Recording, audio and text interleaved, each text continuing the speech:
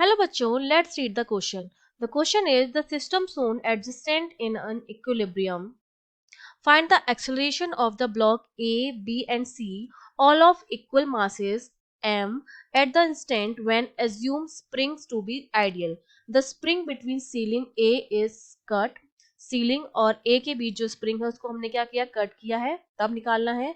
Second में the string inextensible between A and B is cut, and third is the spring between B and C is cut. Also find the tension in the string when the system is at rest and in the above three cases. तो हमको क्या निकालना है, तीनों cases में tension निकालना है और तीनों केसेस में ही हमको स्प्रिंग कितना क्या करेगी, इंस्टेंट निकालना है. ठीक है, तीनों की केस में. तो इस क्वेश्चन को सॉल्व करने के लिए हमें क्या पता होना चाहिए. अगर मैं इसके की कॉन्सेप्ट की बात करूं तो की कॉन्सेप्ट में एक तो हमें बहुत ही बेसिक चीज जो है कि अगर स्प्रिंग से कोई मास जुड़ा हुआ है तो उस पर क्या लगता है, एक रिस्टोरिंग फोर्स लगता है एफ, जिसकी वैल्यू होती है के एक्स. और स्ट्रिंग में क्या लगता है, एक टेंशन लगता है. ये तो हमने बात की स्प्रिंग की. और अगर स्ट्रिंग जुड़ी हुई होती है तो स्ट्रिंग में क्या लगता है, हमारे पास टेंशन लगता है. और एक बात हमें ध्यान रखनी है कि अगर किसी इंस्टेंट पर हम स्प्रिंग को क्या कर देते हैं, कट कर देते हैं, तो एफ की वैल्यू क्या हो जाती है, जीरो हो जाती है. सिमिलरली अगर हमने स्ट्रिंग को कट कर दिया है तो टेंशन जो हो जाता है वो क्या हो जाता है, जीरो हो जाता है. लेकिन इंस्टेंट की अगर बात कर रहे हैं तो स्प्रिंग जो होती है वो तो इमीडिएटली क्या करती है, इफेक्ट अपना डालती है, टेंशन जीरो हो जाता है. लेकिन स्प्रिंग को अपने, क्योंकि एक मैकेनिकल वो होता है, तो स्प्रिंग को अपने टाइम पर आने में, अपनी पोजीशन पर आने में थोड़ा सा टाइम लगता है. तो ऐसा एट अ स्टेंट एफ की वैल्यू जो होती है जीरो नहीं होती है, इसको जीरो होने में थोड़ा सा टाइम लगता है. तो ये बेसिक कॉन्सेप्ट हो गए जो आपको पता होने चाहिए. ठीक है, अब यहाँ ए और बी के बीच में क्या जुड़ा हुआ है, स्ट्रिंग है जो हमारी किस तरह की दे रखी है, हमसे बोल रखा है ये क्या है, इन एक्सटेंशिबल है. ठीक है, एक्सटेंशन नहीं है, इन एक्सटेंसिबल है ए और बी के बीच में. ठीक है, और ये बी और सी के बीच में एक स्प्रिंग है और एक जो सीलिंग है और ए के बीच में भी एक स्प्रिंग है, जिनके स्प्रिंग कांस्टेंट के जो है वो सेम है. तो सबसे पहले तो हम क्या करेंगे, अगर फ्री बॉडी डायग्राम की अगर मैं बात करती हूँ, सी का फ्री बॉडी डायग्राम बनाए तो सी का, जैसे यहाँ पर मैंने बनाया, ये सी है मेरे पास सपोज, तो उसका वेट लगेगा नीचे की तरफ एम जी, ये स्प्रिंग से जुड़ा हुआ है, तो ऊपर लगेगा एक स्प्रिंग कांस्टेंट के एक्स जो हमारा बैलेंस हो रहा है एम जी से. ठीक है, दिखाई दे रहा है, ये तो हमने बना दिया सी के लिए. सिमिलरली अगर हम बात करेंगे बी की, तो यहाँ पर देखिए बी है इस तरह से, नीचे की तरफ एक तो यही वाला लगेगा जो सी पर लग रहा है, वही नीचे बी पर लगेगा, क्योंकि बी कितना है, सी से कनेक्ट है. तो बी पर नीचे की तरफ तो क्या लगेगा, के एक्स और प्लस इसका वेट प्लस एम जी.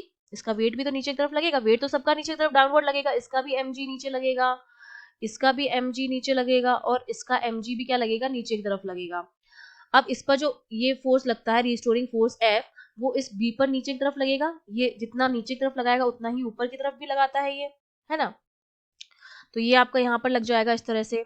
तो बी पर नीचे की तरफ तो क्या लग रहा है, एक तो लग रहा है T X plus M G, और ये स्ट्रिंग से जुड़ा हुआ है तो टेंशन लगेगा ऊपर की तरफ टी. ये तो हो गया बी के लिए. सिमिलरली अगर मैं ए के लिए बनाऊं तो ए के लिए देखिए नीचे की तरफ क्या लगेगा, नीचे की तरफ लगेगा, एक तो टेंशन लग रहा था जो बी पर, वो नीचे की तरफ भी लगेगा, प्लस आपका क्या हो जाएगा, इसका वेट एम जी भी लगेगा, है ना.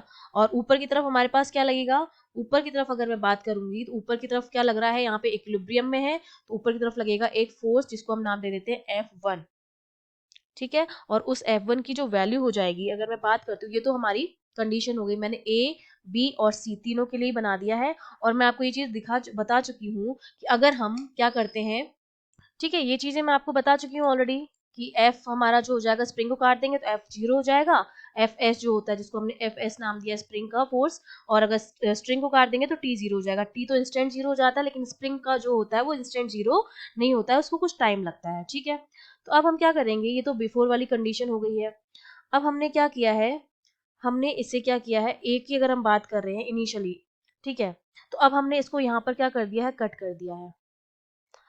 ठीक है, अगर हम इसको कट करेंगे तो ए पर जो टेंशन होगी, अगर मैं ए बनाऊंगी, ये ए है मेरे पास, इसका वेट लग रहा था नीचे की तरफ एम जी और ऊपर की तरफ लग रहा था F1 फोर्स. ठीक है, जो हमारा किसके बराबर था, ये F1 जो था T प्लस एम जी के बराबर था, बैलेंस हो रहा था यहाँ पर. अगर यहाँ से देखें तो ये इससे बैलेंस हो रहा था, F1 जो था वो T प्लस एम जी के बराबर था. और मेरा टी किसके बराबर था, अगर मैं बात करूंगी टी की, तो यहाँ पर देखिए टी जो मेरा है वो के एक्स प्लस एम जी के बराबर है, टी इक्वल्स टू के एक्स प्लस एम जी, यहाँ से बी वाले से. एक तो आ रहा है F1 जो मेरा बराबर है T प्लस एम जी के, ए से ये मैंने लिख दिया है। बी से मुझे पता चल रहा है कि जो मेरा टेंशन है T वो KX प्लस एम जी के बराबर है, और सी से मुझे पता चल रहा है कि जो मेरा KX है वो mg के बराबर है। तो अगर मैं KX की वैल्यू यहाँ रखूँ तो T मेरा कितना हो जाएगा, 2mg के बराबर हो जाएगा, और T की वैल्यू मैं यहाँ रख दूँ 2mg, वो तो मेरा कितना हो जाएगा, ये हो जाएगा 2mg प्लस mg।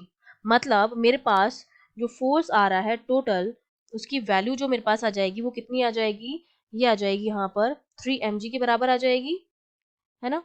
तो इसको देखिए, इसको मैंने लिख दिया है 3mg, ठीक है। ये F1 जो मेरे पास आ गया है वो आ गया है 3mg के बराबर। तो एक्सेलरेशन जो होगा A का वो हम किस तरह से लिखेंगे, वो हम यहाँ पर लिखेंगे कि जो मेरा AC आएगा, AC that is equals to mg, हम कैसे निकालते हैं, F इक्वल्स टू हमारा क्या होता है, ma होता है। तो A हमारा हो जाएगा F अपॉन m, तो F मेरा कितना हो जाएगा C वाले पर 3mg minus mg upon m, तो ये मेरा हो जाएगा 2g से ऊपर की तरफ मूव करेगा, ठीक है। ये मेरे पास आ गया। और जो बी वाला ब्लॉक होगा, बी वाले ब्लॉक पर टेंशन जो है वो तो टी तो कितने हो जाएगा, 0 हो जाएगा, क्योंकि हमने स्ट्रिंग को काटा है, स्ट्रिंग को काटने पे क्या हो जाता है, टेंशन 0 हो जाता है। तो ये तो हमने एक तो ये निकाल दिया हमने कि इसकी जो वैल्यू आ जाएगी वो हमारे पास कितनी आ गई है कि ये 2g से क्या करेगा, मूव करेगा ऊपर की तरफ, ठीक है। अब हमने क्या किया है कि सी की बात लिख दी थी हमने, ए की बात लिख दी है। अब हम क्या करेंगे, इसको जब सॉल्व करेंगे फर्दर, बी के लिए जब हम निकालेंगे तो देखिए बी वाले पे क्या होगा, टी तो टेंशन तो 0 हो गया, नीचे की तरफ ये कितना आ जाएगा, के एक्स प्लस एम जी, तो के एक्स की वैल्यू एम जी के बराबर है, तो ये कितना हो जाएगा, M G plus M G हो जाएगा, ठीक है। तो ये मेरे पास कितने आ जाएगी, वैल्यू कितनी आ जाएगी, ए बी जो मेरे पास आ जाएगा वो आ जाएगा 2mg, ऊपर की तरफ 0 है तो 0 हमारे पास हो जाएगा अपॉन m आ जाएगा।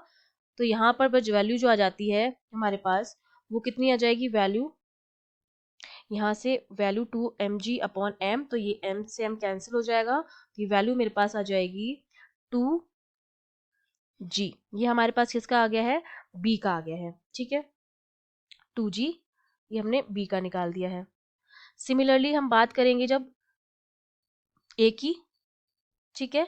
तो अब हमारे पास क्या हो जाएगा, हमने b भी निकाल दिया है, और c की जब हम बात करेंगे तो c मेरे पास कितना आ जाएगा, b हमने निकाल दिया है 2g, ठीक है। ये इसको मैं यहाँ पर लिख दिया मैंने, इसको यहाँ पर लिखते हूँ। अगर मैं AC निकालती हूँ तो AC मेरा कितना हो जाएगा, KX minus M G upon M, KX मेरा mg के बराबर ही है, तो mg 0 हो जाएगा, तो AC की जो वैल्यू आ जाएगी वो कितनी हो जाएगी, 0 हो जाएगी।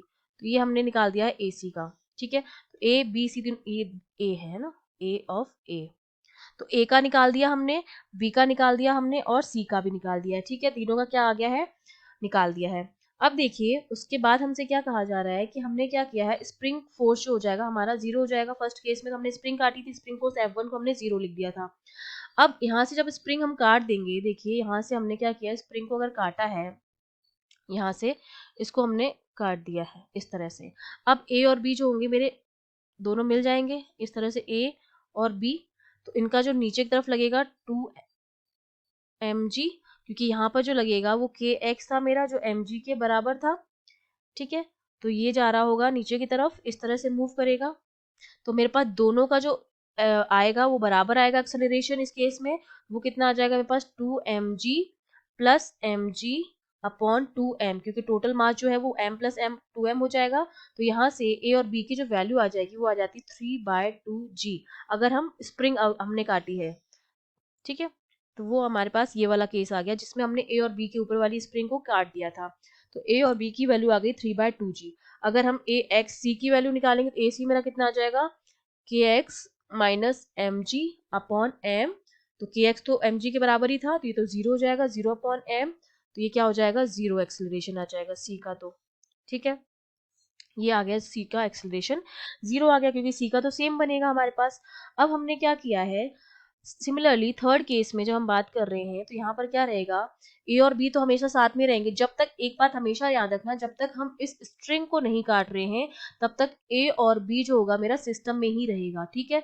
सिर्फ जब स्ट्रिंग को हम काटते हैं, जो कि हमने किया था फर्स्ट केस में, तब दोनों का एक्सेलरेशन जो आएगा वो 0 आएगा, जब स्ट्रिंग काटी गई थी। हमारा सेकंड वाला केस हमने पहले किया था, जब हमने स्ट्रिंग को काटा था, जिसमें हमने ए बी सी निकाले, उसमें अलग अलग आएगा। इसके अलावा हम जब भी ये स्प्रिंग काटें, चाहे ऊपर वाली स्प्रिंग काटें, ए और बी जो होंगे वो एक सिस्टम की तरह ही काम करेंगे, ठीक है। तो इस वाले केस में, सेकंड वाले केस में ए और बी जो होंगे एक सिस्टम की तरह रहेंगे। ये ए हो गया मेरा, ये बी हो गया। इस पर F1 आएगा जो मेरा किसके बराबर था, 3mg के बराबर था, और नीचे की तरफ आपका क्या हो जाएगा, 2mg हो जाएगा। इस केस में भी, ये थर्ड वाला केस है, ये हमारा सेकंड था, ये फर्स्ट वाला केस था हमारा, और ये थर्ड वाला केस है, ठीक है। तो इसमें हमारे पास क्या हो जाएगा कि ए और बी की वैल्यू जो आएगी वो तो सेम आएगी। ए जो होगा वो ए बी के बराबर आएगा, जो कितना आ जाएगा 3mg, क्योंकि अब जो मूव कर रहा है ये हमने नीचे वाला काट दिया है, तो 3mg minus 2mg upon 2m, तो ये वैल्यू आ जाएगी g बाय 2 के 2, और ये ऊपर की तरफ मूव करेगा, ठीक है। तो ये आ गई ए और बी की वैल्यू थर्ड वाले केस में। और अब हमें निकालना है सी की वैल्यू, क्योंकि हमने कट ये वाला कर रखा है, ये नीचे वाला जो स्प्रिंग लगी हुई है इसको हमने कट कर रखा है इस वाले में, और इसमें ये वाली चीज हमने कट कर रखी थी, ऊपर वाली चीज। तो ए और बी तो हमारा g/2 के बराबर आ गया, और सी की जो वैल्यू हो जाएगी हमारे पास वो कितनी आ जाएगी, अगर मैं सी की वैल्यू निकालूंगी यहाँ पर, तो सी को तो हमने कट ही कर दिया, तो इसका एक्सेलरेशन तो आएगा नहीं हमारे पास, ठीक है। तो ये हमारे पास क्या आ जाएगा, 0 के बराबर आ जाएगा सी। तो अब हमने क्या है, सारी चीजें सॉल्व कर दी है, तीनों केसेस में हमने एक्सेलरेशन निकाल दी, ए सी जो आ जाएगा इस केस में भी क्या आ जाएगा, 0 आ जाएगा, इसको हमने कट कर दिया है नीचे से। और जब हम कट करते हैं तो स्प्रिंग को ऊपर तक आने में थोड़ा सा, हमने अभी बताया था कि जो फोर्स होता है वो एकदम से 0 नहीं होता है, तो के एक्स जो होगा वो mg के बराबर ही आएगा। तो जब हम c की वैल्यू कैलकुलेट करेंगे तो वो 0 आएगी हमारे पास, ठीक है। और हमने टेंशन भी फाइंड आउट कर दी, हमारी जो टेंशन थी यहाँ पर वो किसके बराबर आ रही थी, टेंशन जब हमने यहाँ से निकाली थी, टी इक्वल्स टू मेरा के एक्स प्लस एम जी था, और के एक्स की वैल्यू क्या थी, mg था, तो टेंशन जो मेरी थी वो कितनी थी, 2mg के बराबर आ रही थी, है ना। स्ट्रिंग में टेंशन जो थी हमारी 2mg के बराबर थी ये, तो हमने टेंशन भी कैलकुलेट कर दी थी। तीनों केसेस में टेंशन भी आ गई हमारे पास, और तीनों केसेस में हमारे एक्सेलरेशन भी आ गए। I hope you understood well, all the best.